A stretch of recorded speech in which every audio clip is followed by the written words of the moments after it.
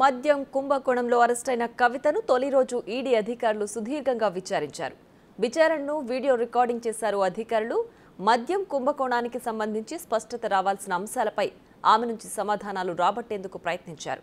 Case దర్యాప్తులో భాగంగా ఇతరులు ఇచ్చిన వాంగ్మూలాలపై కవితను వివరణ కోరినట్లు తెలుస్తోంది.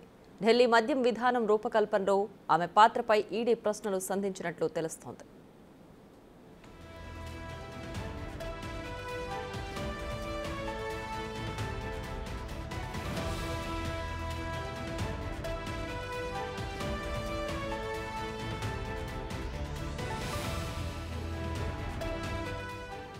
కవితను నిన్న సాయంత్రం కుటుంబ సభ్యులు కలిశారు. రోజు సాయంత్రం 6 నుంచి 7 గంటల మధ్యలో ఆమెను కలవడానికి కోర్టు అనుమతించింది. ఈ నేపథ్యంలో కవిత భర్త అనిల్, కేటీఆర్, హరీష్ రావు, లాయర్ మోహిత్ రావులు ఆమెను కలిశారు. అధికారుల దర్యాప్తు తీరు గురించి ఆరా తీసినట్లు సమాచారం.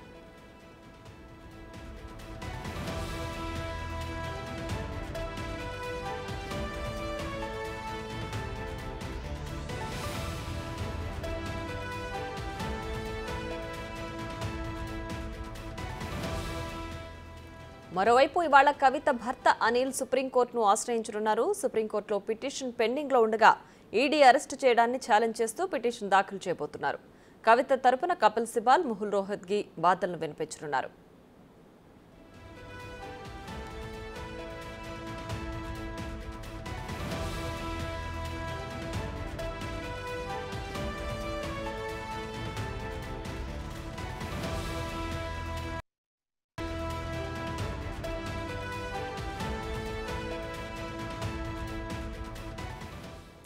మద్యం కుంభకోణంలో అరెస్టైన కవితను తొలి రోజు ఈడీ అధికారులు సుదీర్ఘంగా విచారించారు. విచారణను వీడియో రికార్డింగ్ చేశారు అధికారులు. మద్యం కుంభకోణానికి సంబంధించి స్పష్టత రావాల్సిన అంశాలపై ఆమె నుంచి సమాధానాలు రాబట్టేందుకు ప్రయత్నించారు. కేసు దర్యాప్తులో భాగంగా ఇతరులు ఇచ్చిన వాంగ్మూలాలపై కవితను వివరణ కోరినట్లు తెలుస్తోంది. ఢిల్లీ మద్యం విధానం రూపకల్పనలో ఆమె పాత్రపై ఈడీ ప్రశ్నలు సంధించినట్లు తెలిసింది.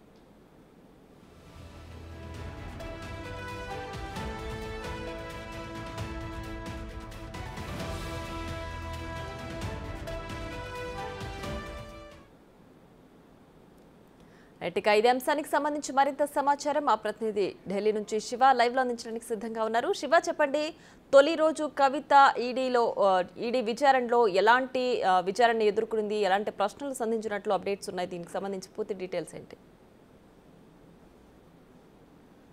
ప్రియా, ఈడీ కస్టడీ మొదటి రోజు నిన్న ముగిసింది. రెండవ రోజు ఈరోజు కొనసాగబోతోంది. అంటే నిన్న మొదటి రోజు ఆదివారం కావడంతో కొంత సమయం మాత్రమే కవితను విచారించినట్టు తెలుస్తుంది. అది కూడా ఈ లిక్కర్ పాలసీ రూపకల్పనకు సంబంధించి ఏ విధంగా అసలు లిక్కర్ పాలసీలో మీరు జోన్లు పొందారు అనే దానిపై ప్రధానంగా ప్రశ్నించినట్లుగా కూడా తెలుస్తోంది. మరోవైపు ఈ ముడుపులు చేతులు మారాయనేది ఆరోపణలు వస్తున్నాయి మీ పైన. దానికి సంబంధించి ఇప్పటివరకు ఎవరైతే అప్రూవర్గా మారారో వారందరూ కూడా మీపై అభియోగాలు నమోదు చేశారు, అనేక ఆధారాలు మాకు సమర్పించారంటూ కూడా నిన్న ప్రశ్నించినట్లుగా తెలుస్తోంది. ఇక ఈరోజు రెండవ రోజు మొత్తంగా చూసుకుంటే ఈ రెండవ రోజు కూడా అంటే 7 రోజుల ఈడీ కస్టడీలో ఈ 7 రోజుల్లో కూడా వారికి నచ్చిన సమయంలో వారు ఈడీ అధికారులు కవితను విచారించే అవకాశం కనిపిస్తోంది. అది రోజంతా విచారిస్తారా, లేదా గంట 2 గంటల, లేదా కూర్చోబెట్టి మార్నింగ్ అంతా కూర్చోబెట్టి ఈవినింగ్ విచారిస్తారా అనేది ఈడీ అధికారుల చేతుల్లోనే ఉంటుంది. అంటే దాని ప్రకారమే వాళ్ళ ఒక ప్రొసీజర్ ప్రకారం కవితను విచారించే అవకాశం కనిపిస్తోంది. అంటే ఇప్పటికే మొత్తం కంప్లీట్ డీటెయిల్స్ కానీ ఆధారాలు కానీ ఈడీ అధికారుల వద్ద ఉన్నాయి. కవిత ఈ లిక్కర్ పాలసీలోకి ఏ విధంగా, లిక్కర్ వ్యాపారంలోకి ఏ విధంగా ఎంటర్ అయ్యారు, ఎవరి ద్వారా ఎంటర్ అయ్యారు, ఎన్ని జోన్లు కొనుగోలు చేశారు, ఎవరి ద్వారా కొనుగోలు చేశారు, ఎవరి కంపెనీలో కొనుగోలు చేశారనేది ప్రధానంగా అన్ని డీటెయిల్స్ కూడా ఈడీ అధికారులు సంపాదించారు. ఇప్పటి వరకు ఎవరైతే అరెస్ట్ అయ్యారో వారి డీటెయిల్స్ అని వారి దగ్గర ఉన్న నేపథ్యంలో వారు ఇచ్చిన ఆధారాలు కానీ వారు అరెస్ట్ చేసిన వారి ఛార్జ్షీట్లో అనేక సార్లు కవిత దాంట్లో నమోదు చేశారు. అనేక అభియోగాలు కూడా ఈడీ దాఖలు చేసిన ఛార్జ్షీట్లో నమోదు చేసిన పరిస్థితి అయితే కనిపిస్తోంది. మరోవైపు ఇటు సౌత్ గ్రూప్ సంబంధించి కవిత కీలకంగా వ్యవహరించారనేది మొత్తం 2021-22 లిక్కర్ పాలసీకి సంబంధించి కవితనే కీలక సూత్రధారి సౌత్ గ్రూప్లో. ఇటు నార్త్లో సమీర్ మహేంద్రతో కలిసి ఈ వ్యాపారం అనేది మొదలుపెట్టారు. సమీర్ మహేంద్ర కంపెనీలో అరుణ్ రామచంద్ర పిల్లైతో 33% వాటా కొనుగోలు చేసినట్లుగా, అంటే కవిత వ్యాపార భాగస్వామి వ్యాపార బినామీగా ఉన్న అరుణ్ రామచంద్ర పిల్లై చేత ఈ లిక్కర్ వ్యాపారానికి సంబంధించి అంతా నడిపించారనేది ప్రధానంగా ఈడీ అధికారులు అభియోగాలు నమోదు చేశారు. దానికి సంబంధించి ఈ వారం రోజుల కస్టడీలో విచారించే అవకాశం కనిపిస్తోంది. ఈ లిక్కర్ వ్యాపారం ప్రారంభమైన తర్వాత లిక్కర్ స్కామ్ అనేది బయటకు వచ్చిన తర్వాత అమిత్ అరోరాను అరెస్ట్ చేసిన తర్వాత కంప్లీట్ డీటెయిల్స్ అనేది అమిత్ అరోరాకు అరెస్ట్ చేసిన తర్వాత ఈడీ దాఖలు చేసిన ఛార్జ్ షీట్లో కవిత వాడిన మొబైల్ నంబర్స్, అలాగే ఎన్ని మొబైల్స్ వాడారు, ఎన్ని ధ్వంసం చేశారు, ఆధారాలను ఏ విధంగా తారుమారు చేశారనేది అమిత్ అరోరా ఛార్జ్ షీట్కి సంబంధించి దాంట్లో అభియోగాలు అయితే ఈడీ అధికారులు నమోదు చేశారు. ఈ నేపథ్యంలోనే అమిత్ అరోరాను, మరోవైపు అరుణ్ రామచంద్ర పిల్లను, కవితను ముగ్గురిని కలిపి ఈ వారం రోజుల వ్యవధిలో విచారించే అవకాశం కనిపిస్తుంది. అంటే నిజ నిర్ధారణ కన్ఫంటేషన్ పద్ధతిలో అందరినీ కలిపి ఒకేసారి విచారించే ఛాన్స్ అయితే కనిపిస్తున్నాయి. రైట్. అలాగే అంటే ఈ ఢిల్లీ లిక్కర్ స్కామ్ కేసుకు సంబంధించి న్యాయపరంగా శాంతియుతంగా పోరాడతానని చెప్పిన నేపథ్యంలో కవిత మొదటి విచారణకు సంబంధించి ఆమె సహకరించారా, ఆమె నుంచి ప్రశ్నలు రాబట్టారా ఈడీ అధికారులు? వాళ్ళు ఏదైతే అడుగుతున్నారో వాటికన్నిటికీ ఆమె ఆన్సర్ చెప్పిందా? దీనికి సంబంధించి ఏమైనా డీటెయిల్స్ ఉన్నాయా? అంటే వాస్తవంగా చెప్పాలంటే ప్రియ, లోపల ఏం జరుగుతుందనేది కూడా ఎవరికి బయటికి తెలియని పరిస్థితి కనిపిస్తుంది. ఎవరు ఏం చెప్పినా కానీ అది ఊహాగానాలే తప్ప వాస్తవ పరిస్థితులు అనేవి ఎవరికి తెలియదు. కానీ ఏం జరుగుతోంది, ఏం విచారిస్తున్నారనేది వారికి సంబంధించిన న్యాయవాది కానీ కుటుంబ సభ్యులు కానీ ప్రతిరోజు సాయంత్రం 6 గంటల తర్వాత వెళ్ళి తర్వాత చర్చిస్తారు. కాబట్టి చర్చించినప్పటికీ కూడా ఏం అడిగారు ఏంటనేది కూడా బయటికి వెల్లడించే అవకాశం ఉండదు. కస్టడీలో ఉన్నారు కాబట్టి మేము బయటికి చెప్పలేమనేది వారు కుటుంబ సభ్యులు కానీ న్యాయవాది కానీ చెప్తూ ఉంటారు. కానీ కొంచెం లీక్లు ఇస్తారు. కానీ అక్కడ ఖాళీగా కూర్చోబెట్టి మాత్రమే పరీక్షిస్తున్నారు తప్ప అసలు క్వశ్చన్స్ కానీ విచారణ కానీ ఎటువంటి విచారణ జరగడం లేదు. ఇబ్బందులు గురి చేస్తున్నారు. ఎటువంటి క్వశ్చన్లు అడగకుండా వ్యక్తిగత విషయాలు అడుగుతున్నారు అనేది ప్రధానంగా కొంత అందుతోంది. గతంలో కూడా గత విచారణ అనుభవాలు కానీ గతంలో మొదటి నుంచి కూడా ఈ ఢిల్లీ లిక్కర్ స్కామ్కి సంబంధించి 2022లో ఎవరెవరు అరెస్ట్ అయ్యారు అప్పటి నుంచి కూడా ఇది ఫాలో అవుతున్న మీడియా వారికి అందరికీ కూడా ఏం జరుగుతుంది ప్రొసీజర్ అనేది కూడా ఒక అవగాహన ఉంటుంది. దానికి సంబంధించి చూసుకుంటే కనుక మొదటి నుంచి విచారణ సందర్భంగా మొదట కస్టడీకి తీసుకున్న తర్వాత లోపలికి తీసుకువెళ్తారు. లోపలికి వెళ్ళిన తర్వాత దాదాపు 9 గంటల వరకు, అంటే ఉదయం 11కి తీసుకువెళ్తే రాత్రి 9 గంటల వరకు కూడా విచారణ కొనసాగుతూ ఉంటుంది.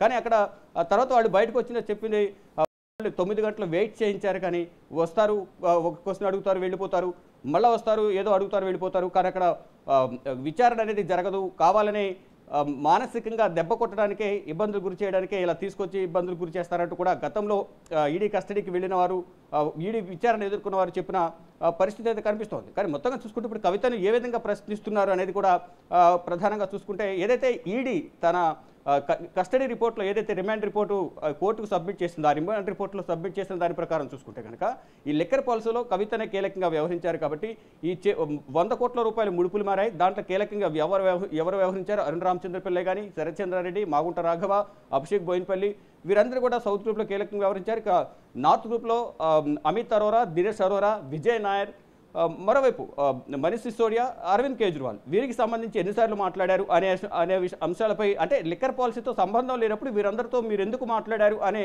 ఆ ప్రశ్నలు సంధించే అవకాశం అయితే ప్రధానంగా కనిపిస్తోంది. కంప్లీట్ గా విచారణ కొనసాగే అవకాశం ఉంది. నిన్న ఆదివారం రైట్. అలాగే ఈడీ అరెస్ట్ ఖండిస్తూ ఇవాళ కవిత భర్త సుప్రీంకోర్టును ఆశ్రయించబోతున్నారు కదా, సో దానికి సంబంధించి డీటెయిల్స్ ఏంటి? రైట్. నిన్న కవిత భర్త అలాగే కేటీఆర్, హరీష్ రావు సాయంత్రం 6 గంటల తర్వాత ములాఖాత్ అయ్యారు. అది కవితను కలిశారు.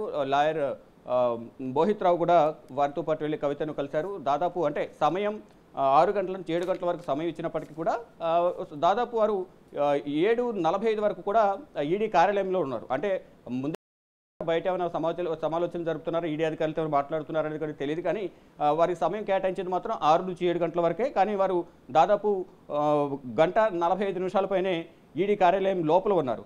ఇక లోపల ఏం జరిగింది అనేది కూడా ఆఫ్ ద రికార్డు ఈ రోజు ఏమైనా తెలిసే అవకాశం కనిపిస్తుంది. మోహిత్ రావుతో మాట్లాడితే కానీ ఈ అంశాలు ప్రధానంగా కవిత అరెస్టుకు సంబంధించి ఈరోజు కవిత భర్త, అంటే కవిత తరపున కవిత పిటిషన్ దాఖలు చేసే అవకాశం ఉంది. దానికి సంబంధించి కవిత భర్త మొత్తం ప్రొసీజర్స్ అనేది దానికి సంబంధించి చూసే అవకాశం ప్రధానంగా కనిపిస్తోంది.